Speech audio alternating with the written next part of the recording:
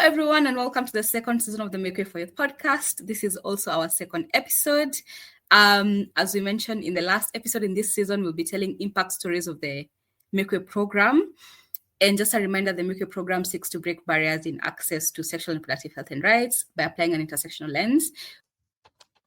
So the Makeway program has an SRHR toolkit whose purpose is to increase the capacity, skills, and knowledge of civil society groups and organizations and also people to undertake game-changing SRHR lobby and advocacy. So the Makeway SRHR toolkit has various tools which will be discussed in this episode, which include the CJudge Act tool, which is used to analyze religious SRHR issues. We have the intersectional based policy and analysis tool, the IBPA, which is used to analyze policies, action plans, and strategic documents at national and subnational levels. And then we have the Intersectional Community Scorecard, the ICSC, which is a citizen-driven accountability measure for assessment, planning, and monitoring and evaluation for service delivery. So in our first podcast, we spoke to two young people from Kenya, and in this podcast, we'll be speaking to two young people from Zambia. But before all that, my name is Orindi. I'm a co-host of this podcast, and I'm joined by Vilda and Bertha, who are also co-hosts of this podcast. But I'd like to invite you just say a quick hello. Vilda? Oh, yes, thank you. My name is Vilda, and thank you for joining. Thank you, Vilda. Bertha, over to you. Hi, everyone. Excited to have you again. I'm Betha, and this time we are throwing the stories to Zambia. So please do stay tuned and enjoy the podcast. Thanks. Thank you, Vilda and Bertha. I would now like to invite our very amazing guests. We can start with Theo to please tell us who you are and what you do and your experience with Makeway. We can start with you, Theo. Hi, everyone. My name is Theo. I'm an independent activist from Zambia. I am known mainly for my LGBTIQ work and also in feminist and sex worker movements.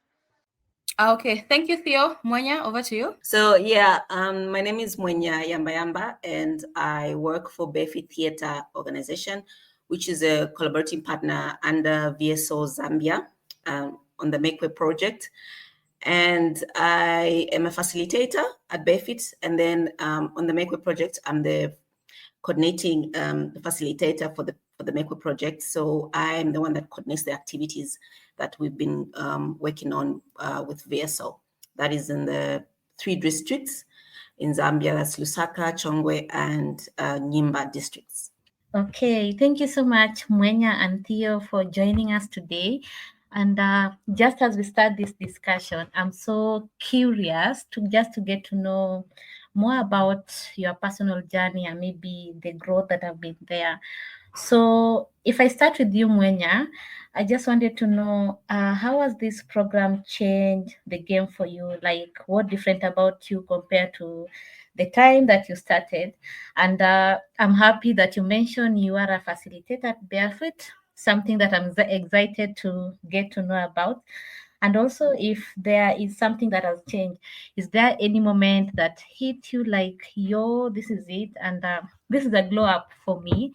So maybe just curious, will you share something with us, Mwenya? Yes, for sure. So how the program has changed me personally is, of course, I've learned a lot, especially to do with capacity building. I got to get trained in a lot of things. For example, in the Makeway tools, I'm actually an expert now. I'm very confident I can actually do a training in all of the Makeway tools, and especially the ICSC, because it's the one that I actually use in terms of implementing the Makeway project in the areas I mentioned earlier. And that has impacted me in a way that I've actually grown, because I've learned something new, especially to do with intersectionality, which is something very new, I think, not only to me, but also in Zambia as a program. It's something very new and very impactful. and very different, actually, because you get to engage with so many different people at the same time. So that has been very impactful for me. And also, and some of the moments that I can remember are during the times that I would be facilitating, engaging with the young people, especially in the rural areas. I think I remember in Nyimba, one of the young people in the group was a mother at 14 years. This is a girl. She's a teenager and she's 14 years and she has a 7-month-old baby. And just her coming to that space just hit me. I was very emotional and I just couldn't know how I could actually explain to say, I actually felt at some point, I was like, she shouldn't be here. She should be in school.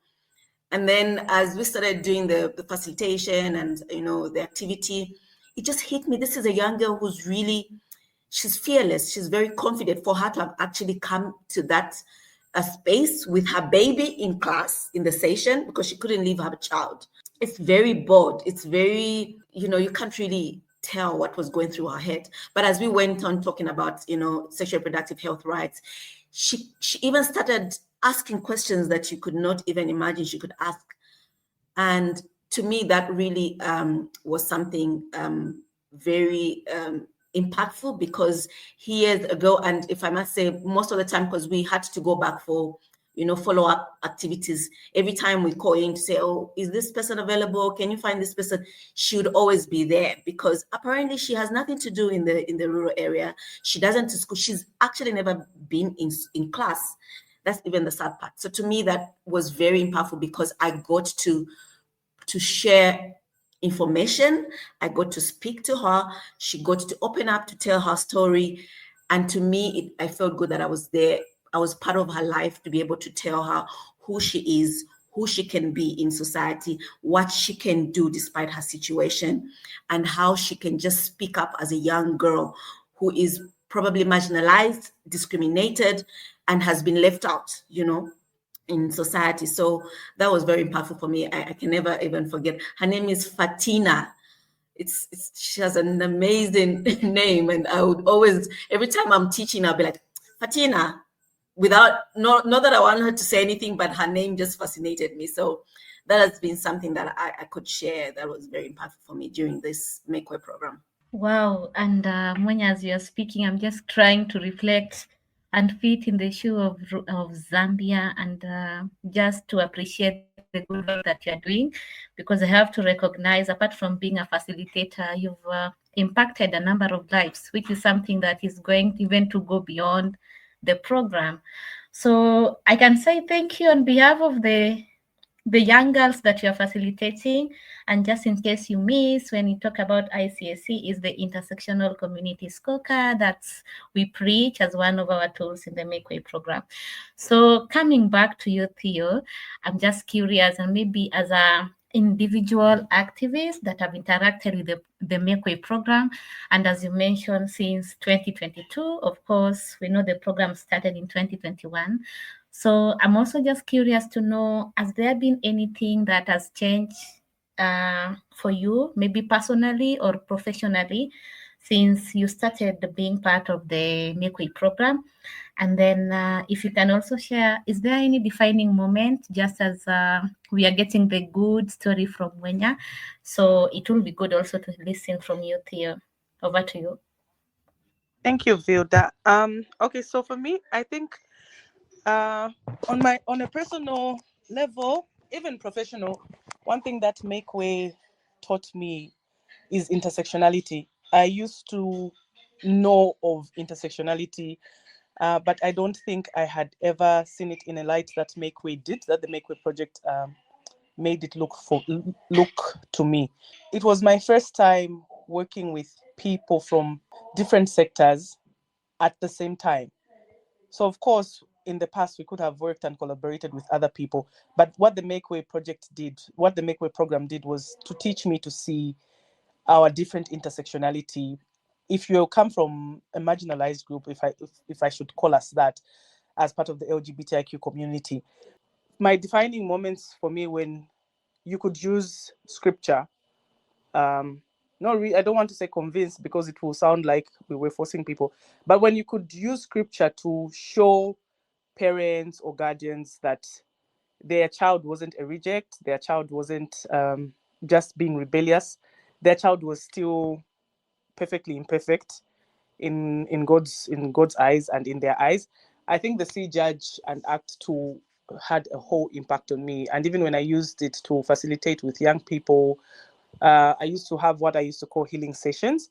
And I could use the See, Judge, Act 2 to lead young people closer to either religion or to Christ or just to spirituality. Because usually you find that LGBTIQ people will self-stigmatize, or because they feel very discriminated by the community, they feel they can't have a relationship with God. Those were defining moments when I could see that they come into themselves, they accept themselves, and they accept that they can actually have a relationship with God. Wow, thank you. Thank you. And I can say I really love the fact that you also mentioned that one of the defining moments is using the tools and also identifying it to have your healing sessions. So that is something that I really loved also. Thank you. I think when I'm listening, I'm also like becoming a bit emotional, especially Theo, when you mentioned using the See, Judge, Act tool to tell or to teach LGBTQI individuals that they can still have a relationship with God. And for you, Mwenya, when you mentioned the story of Fatima, the young teen girl, and it's just really showing us what the impact of this work is. And I just want to hear from you, what are some of the biggest barriers in access to SRHR, sexual reproductive health and rights, that are in your communities or that you have faced by yourself, and how you've overcome them, and in what way Makeway has helped you overcome these barriers, or helped your community overcome these barriers? We can start with you, Mwenya. Yeah, thank you. Some of the barriers that I experienced, especially during the Makeway program, was, of course, trying to engage with the LGBTQI community, also with sex workers. For me, it was actually the first time, especially with sex workers. I've engaged with the LGBTQI before, but with the sex workers, it was a little bit of a challenge. This has something to do with how in Zambia, we have a law that is somehow against LGBTQI, but I'm sure Theo will kind of like add on to that and explain more. But it's something to do where the LGBTQ community is very much discriminated against, and there's so much stigma surrounding the topic as well. And also with the sex workers, it's not easy for sex workers to come out and say who they are and what they do. So it was really a challenge to actually engage them, especially looking at the method, which was intersectionality, you know, to try and work with every group that was marginalized. So that was a bit of a challenge. We tried to of course, work with organizations like Theo's organization, where she was working from, to try and identify a few from the areas we're working from. We managed to get maybe about 2 or 3 within the groups, but we needed to actually, you know, engage with more. So there's that stigmatization attached to the group. So a lot of young people, it's not easy for them to come out and say, talk about their status, and people accept them in society. So that was quite a barrier. And also we had issues to do with language barrier, because for me, we were working in 2 rural areas. And of course, intersectionality was like it was like an elephant in terms of the wording itself, and trying to break it down for young people who've actually never been to school, or young people that have been to school but have not completed high school or, you know, primary school. It was a bit of a challenge to try and really explain what intersectionality was, and also trying to attach it to the sexual reproductive health rights. It was quite a bit of a challenge, but at least because we speak in our own language, local language, so we tried as much as possible to break it down into our own language as much as possible. Also, we had issues to do with working with persons with disabilities. Also, there was a barrier in terms of interpretation of sign language. As a Makeway facilitator, it's something that we never got trained in. which I think Makeway should consider maybe in future if we're going to have another, 2.0 or something. We should really prioritize in terms of if we're going to train people. That should be one of the things that we should be trained in, to try and at least have simple sign language interpretation, because even in the spaces that we're working in, mostly, especially the health facilities, which was actually a shock, because that to me was like, okay, so here is a young person that comes to this health facility to try and access sexual reproductive health rights services, and there's nobody to actually speak to them because they can't do, there's no one to do sign language, or no one can interpret the language. So how then do they get access to these services? So already for me, it was a barrier on my side. And also something to do with culture and tradition, because in Zambia, especially, like I mentioned, in rural areas, tradition and culture norms are very, very, are still a factor when it comes to young people, getting access to information, especially talking about sexual reproductive health rights. There's so much tradition being still being practiced, so much that they'll discourage them because, it's a taboo to talk about sex with your children, or it's a taboo to encourage young people to take contraceptives, or it's a taboo to discuss sexual rights, sexual activities, because you're encouraging them to do sexual practices. So it was still an issue, but we tried as much as possible to make sure that we talked about these things and young people understood, and we compared, in terms of tradition as well as modern, and how that affects their sexual reproductive health rights. So, yeah. Thank you, Mwenya. I think I can draw straight parallels to Kenya, especially around the barriers in accessing SRHR for young people. When you add especially culture and cultural taboos to SRHR topics or SRHR conversations, and also around sex work, I think we have the same laws that discriminate against individuals in sex work. I don't know, I want to hear from you, Theo. What barriers have you or your community faced in access to SRHR? And if you have overcome some of those barriers, how have you done that? Okay, I think for us, one of the biggest barriers that we face and faced and still face is the fact that you are part of the LGBTIQ community. So accessing services, especially at health facilities, is quite tricky. I found this very, very common amongst masculine presenting. The challenge about being a masculine presenting person is once you go to the clinic, immediately you get there, or to the healthcare facility, your appearance will be intriguing to most healthcare personnel. We had people that would go and maybe they just want things like, you don't even have to ask, because we can have masculine presenting lesbians who are also sex workers. So there's the intersectionality there. So in case this person goes to the healthcare facility and wants family planning, they'll be subjected to very invasive questions. Intersex youth also, once they go to the clinic and they explain their issue, and because they are very differently made up from us, they are also subjected to funny questions.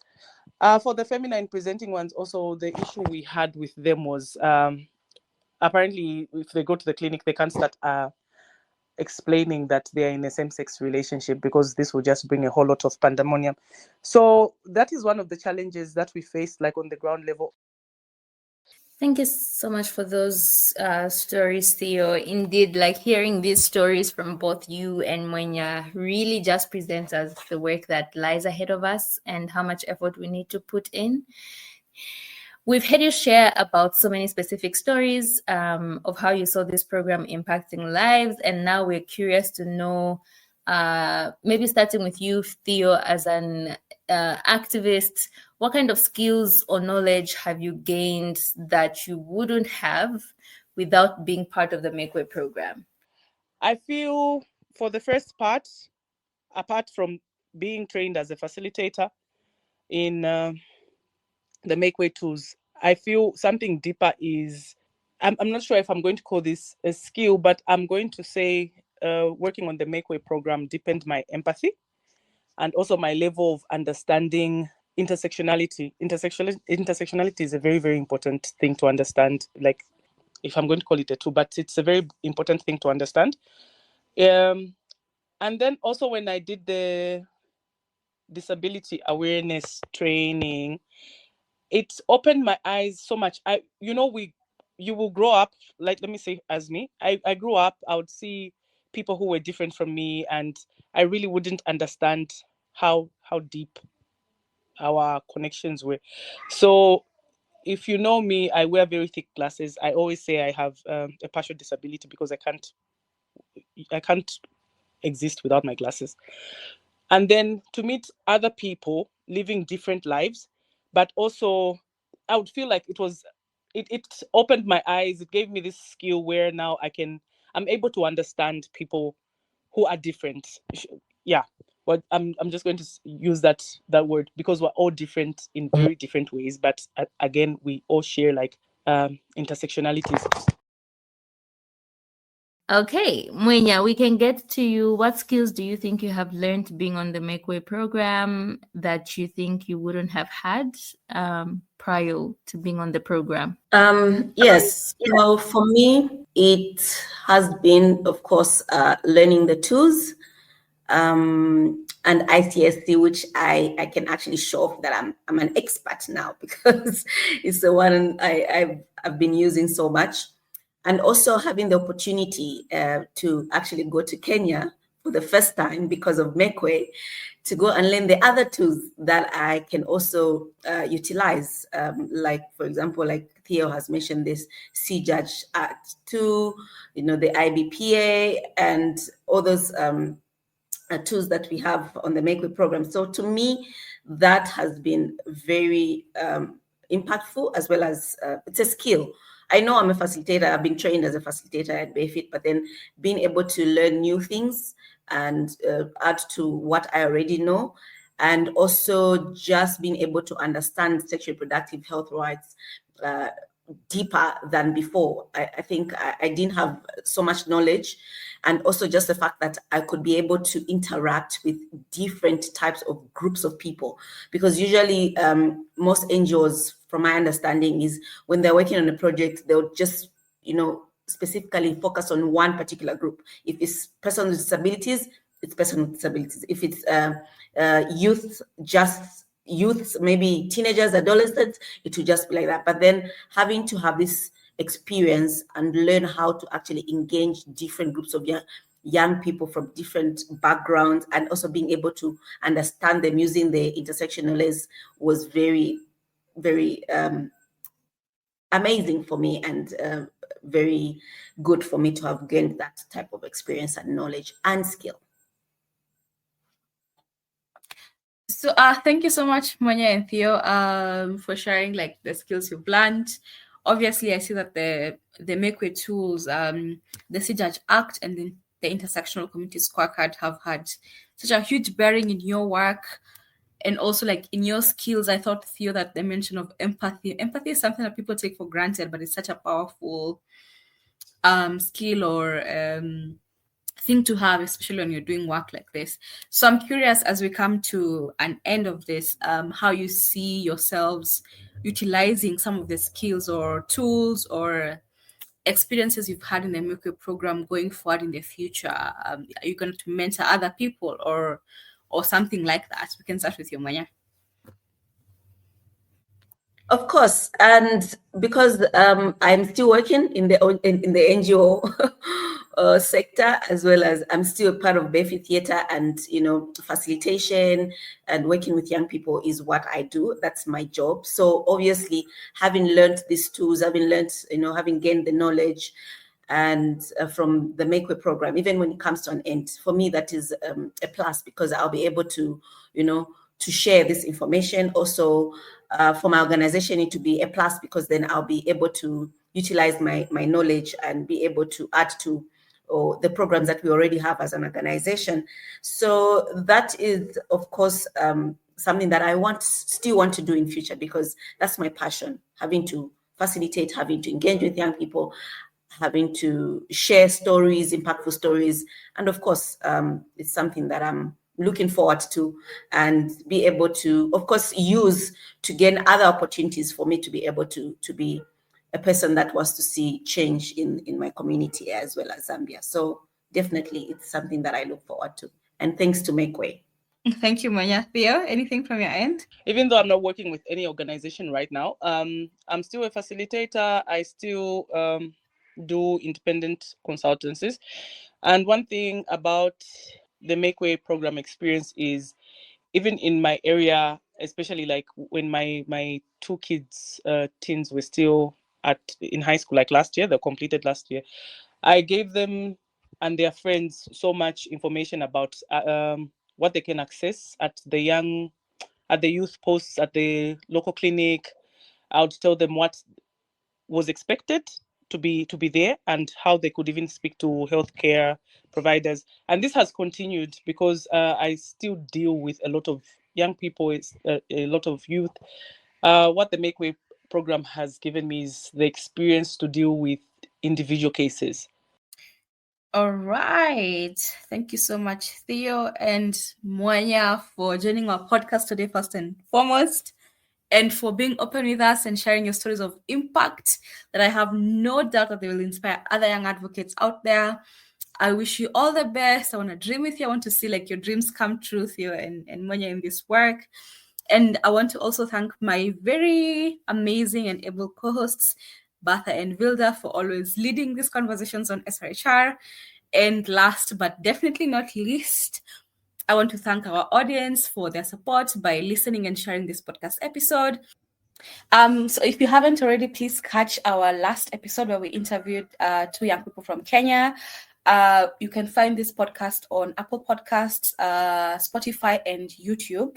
And also tune into our next episode where we'll be interviewing two young people from Uganda on those same platforms.